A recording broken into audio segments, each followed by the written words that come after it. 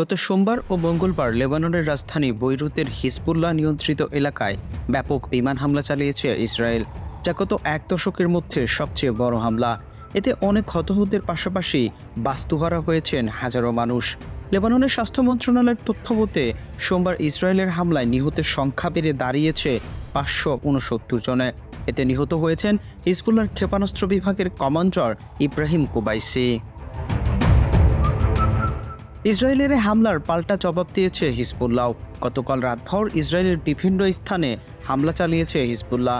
ইসরায়েলের গ্যালিলি শহরে বেশ কিছু রকেট হামলা চালিয়েছে গোষ্ঠীটি। বিমান হামলাও করতে দেখা গেছে। হিজবুল্লাহ থেকে দাবি করা হয়েছে ইসরায়েলের রাজধানী তেল আবিবের শহরতলিতে অন্তত 3টি ক্ষেপণাস্ত্র হামলা চালিয়েছে তারা, যদিও এতে ক্ষয়ক্ষতির বিষয়ে কিছুই জানানো হয়নি। অন্যদিকে ফিলিস্তিনের উত্তরে ইসরায়েলের একটি সামরিক ঘাঁটি লক্ষ্য করে হামলা চালিয়েছে ইরাকের ইসলামিক রেজিস্ট্যান্স। ওই ঘাঁটিকে লক্ষ্য করে তারা রকেট ও ড্রোন নিক্ষেপ করেছে। সবকিছু মিলিয়ে মধ্যপ্রাচ্যে এক উত্তপ্ত পরিস্থিতি বিরাজ করছে। Dhaka monitor news desk.